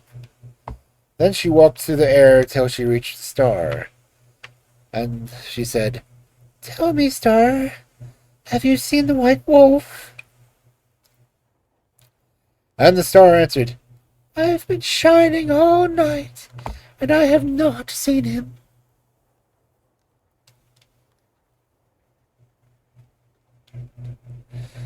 But the star gave her a pair of shoes, and told her that if she put them on, she would be able to walk 200 miles at a stride. So she drew them on and walked to the moon. And she said, "Dear moon, have you not seen the white wolf?" But the moon answered, "All night long have I sailed through the heavens, and I have only just come home. But I did not see him." But he too gave her a pair of her shoes, in which she should be able to cover 400 miles with every stride. So she went to the sun and said, "Dear sun, have you seen the white wolf?"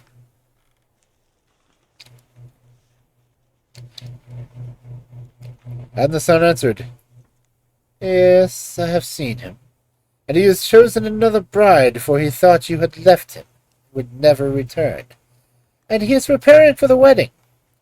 But I will help you. Here are a pair of shoes. If you put these on, you will be able to walk on glass or ice, and to climb the steepest places. And here's a spinning wheel, with which you will be able to spin moss into silk. When you leave me, you will reach a glass mountain. Put on the shoes I have given you, and with them you will be able to climb it quite easily. At the summit, you will find the palace of the White Wolf.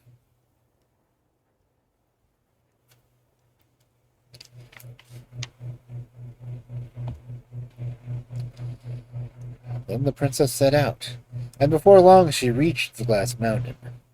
And at the summit she found the White Wolf's palace, as the sun had said. But no one recognized her, as she had disguised herself as an old woman, and had wound a shawl around her head. Great preparations were going on in the palace for the wedding, which was to take place the very next day. Then the princess, still disguised as an old woman, took out her spinning wheel and began to spin moss into silk. And as she spun, the new bride passed by, and seeing the moss turn into silk, she said to the old woman, "Little mother, I wish you would give me that spinning wheel." And the princess answered, pretending to be a woman, "I will give it to you if you will allow me to sleep tonight at the mat outside the prince's door." And the bride answered, "Yes, you may sleep on the mat outside the door." So the princess gave her the spinning wheel, and that night, winding the shawl all around her so that no one could recognize her, she lay down on the mat outside the White Wolf's door. And when everyone in the palace was asleep, she began to tell the whole tale of her story. How she had been one of the three sisters, and that she had been the youngest and fairest of the three, and that her father had betrothed her to a white wolf. And she told how she had gone first to the wedding,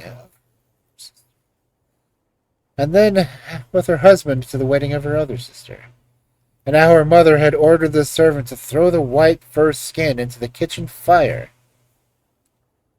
And then she told of her wanderings through the forest, and of how she had sought the white wolf weeping, and how the wind, the star, and the moon and sun had befriended her, and had helped her to reach his palace. And when the white wolf heard the story, and knew that it was his first wife, who had sought him and had found him after such great dangers and difficulties. But he said nothing, for he waited till the next day, when many guests, kings and princes from far countries, were coming to his wedding.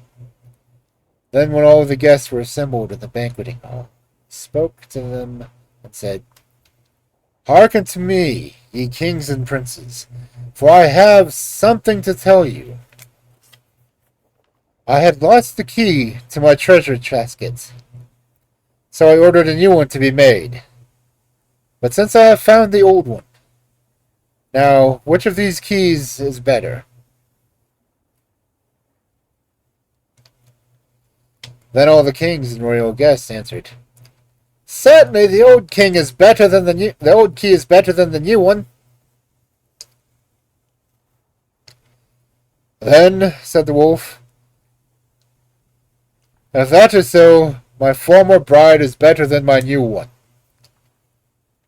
And he sent for the new bride and gave her in marriage to one of the princes who were present. And then he turned to his guests and said, "And here is my former bride." And the beautiful princess was led into the room and seated beside him on his throne. I had thought she had forgotten me, and that she would never return. But she has sought me everywhere, and now we are together once more, and shall never part again.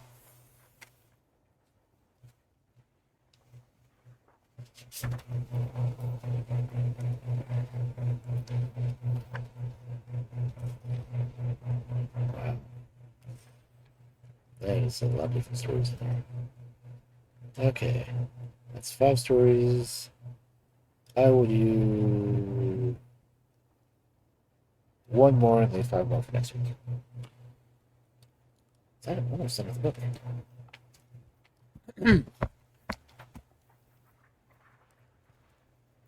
It's alright. It's alright. I'm gonna get a drink.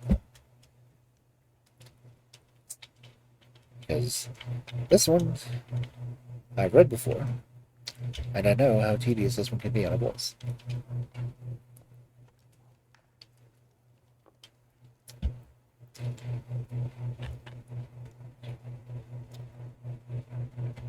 Especially when it comes to having to talk to like old dragon women.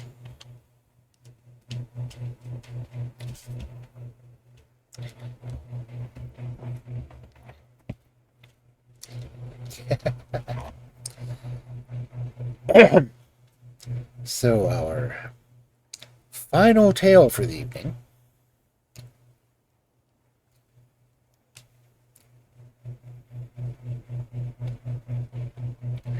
The Dragon and His Grandmother, from the Yellow Fairy Book.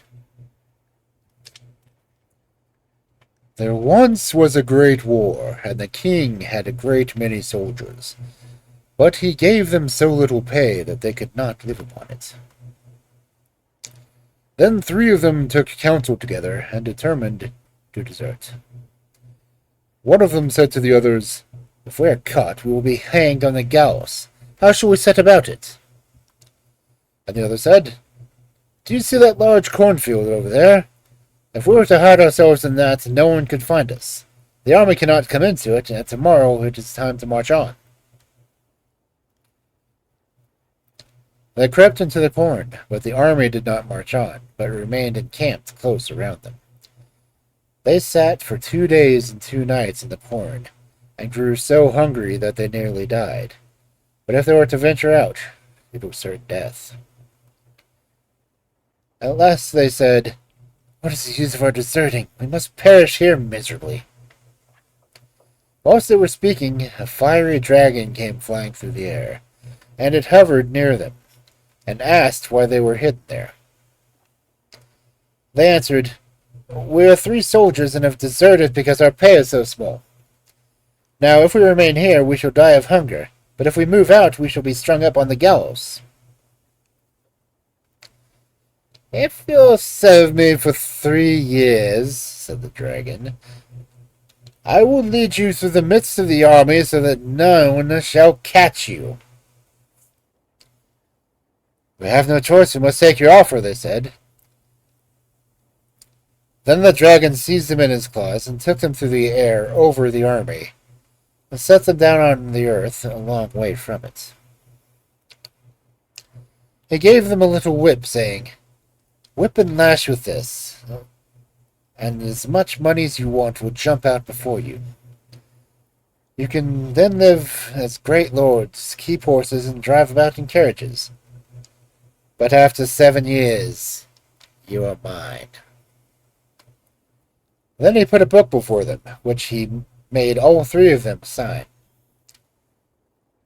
"I will give you a riddle," he said. "If you guess it, you shall be free and out of my power." The dragon then flew away, and they journeyed on with their little whip. They had as much money as they wanted, wore grand clothes, and made their way into the world. Wherever they went, they lived in merrymaking and splendor, drove about with horses and carriages, and ate and drank, but did nothing wrong. The time passed away quickly, and when the 7 years were nearly ended, 2 of them grew terribly anxious and frightened. But the third made light of it, saying, "Don't be afraid, brothers. I wasn't born yesterday. I will guess the riddle." Then they went into a field and sat down, and the 2 pulled long faces. An old woman passed by them and asked them what they were up to and why they were so sad. "Alas, what have you to do with it? You cannot help us." Who knows? She answered. Only confide your trouble in me. Then they told her that they had become the servants of the dragon for 7 years, but how he had given them money was plentiful with blackberries. But as they had signed their names, they were his, and thus, when the 7 years passed, they could solve a riddle. The old woman said, If you would help yourselves, One of you must go into the wood, and there he will come upon a tumble-down building of rocks, which looks like a little house. He must go in, and there he will find help." The two melancholy ones thought, "That won't save us," and they remained where they were. But the third and merry one jumped up and went into the house until he went into the wood until he found the rock hut. In the hut sat a very old woman, who was the dragon's grandmother. She asked him how he came and what his business was there. He told her all that happened, and because she was pleased with him, she took compassion on him and said she would help him. She lifted up a large stone which lay over the cellar, saying, "Hide yourself there when you hear all that is spoken in this room. Only sit still and do not stir. When the dragon comes, I will ask him what the riddle is, for he tells me everything. Then listen carefully what he answers." At midnight, the dragon flew in and asked for his supper. Its grandmother laid the table and brought out food and drink till he was satisfied, and they ate and drank together. Then, in the course of the conversation, she asked him what he had done in the day, and how many souls he had conquered. "I haven't had much luck today," he said, "but I have a tight hold on 3 soldiers." "Indeed, 3 soldiers," she said, "who cannot escape you." "They are mine," answered the dragon scornfully, "for I shall only give them one riddle which they will never be able to guess." "What sort of riddle is it?" she asked.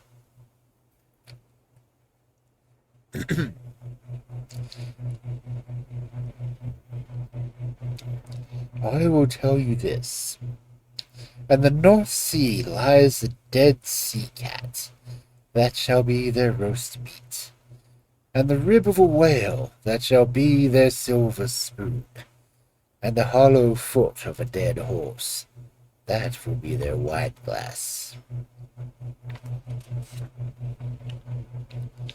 When the dragon had gone to bed, his old grandmother pulled up the stone and let out the soldier.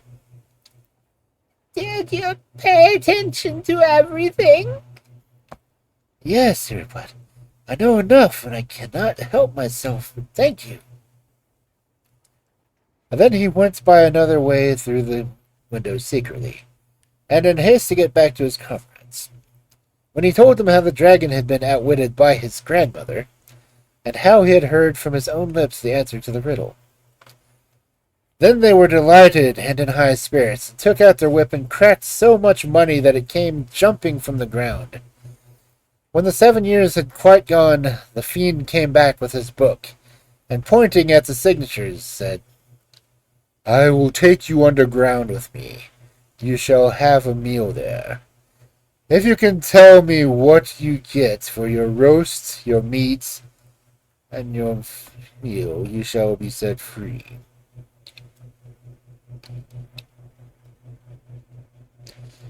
Then the first soldier said, "In the North Sea lies a dead sea cat. That shall be our roast meat." The dragon was annoyed, and hummed and hawed a great deal. Then he asked the second, "But what will be your spoon?" "The rib of a great whale will be our spoon." The dragon made a face and growled again 3 times. And said to the third, "Do you know what your wine glass shall be?" "An old horse's shoe shall be our wine glass." Then the dragon flew away with a loud shriek and had no more power over them. But The three soldiers took the little whip, whipped as much money as they wanted, lived happily to the end of their lives.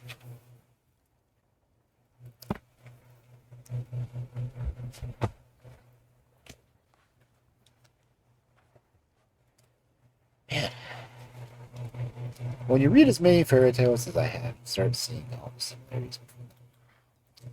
Kind of crazy.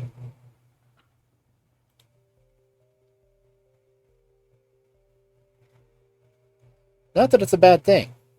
In fact, there is an index. I can't remember the name of it right off the top of my head. But it literally lists all the fairy tale tropes.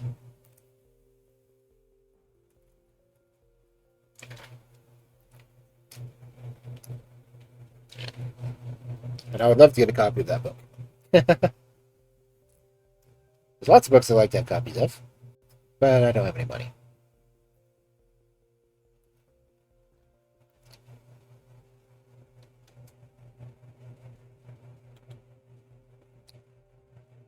So now the end is near. We need to find someone to raid to. I don't know what I'm singing.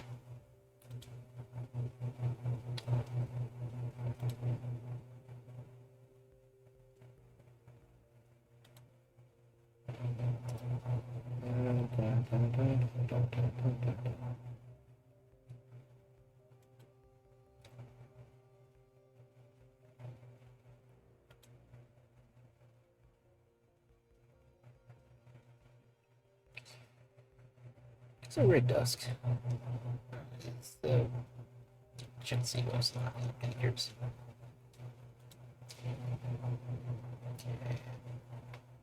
Channel. He's Skrelp is in chat apparently.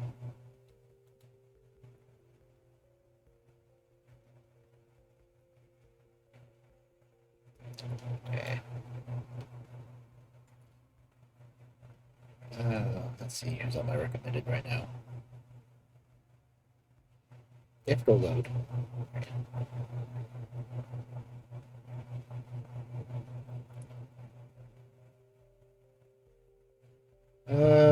Vest is on. Yeah, let's read Vest. Read the Dire Wawa.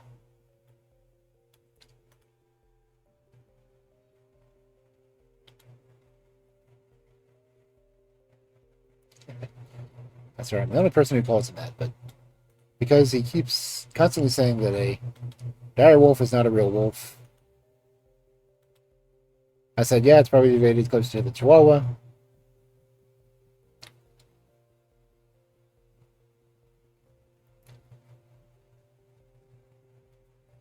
And he hasn't let me live by down saying that yet.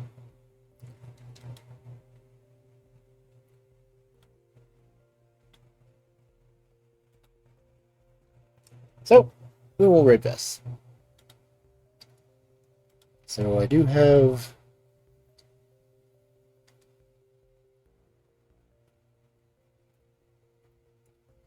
I move forward.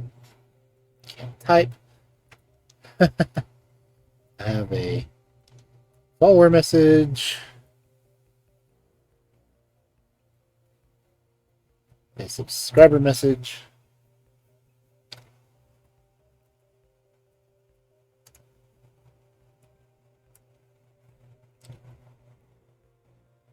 And we'll raid the Dire Wawa.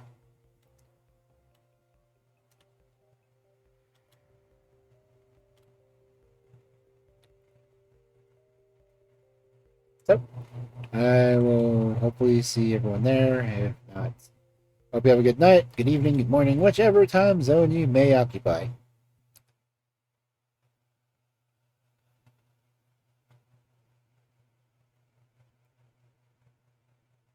And see you later. Good night.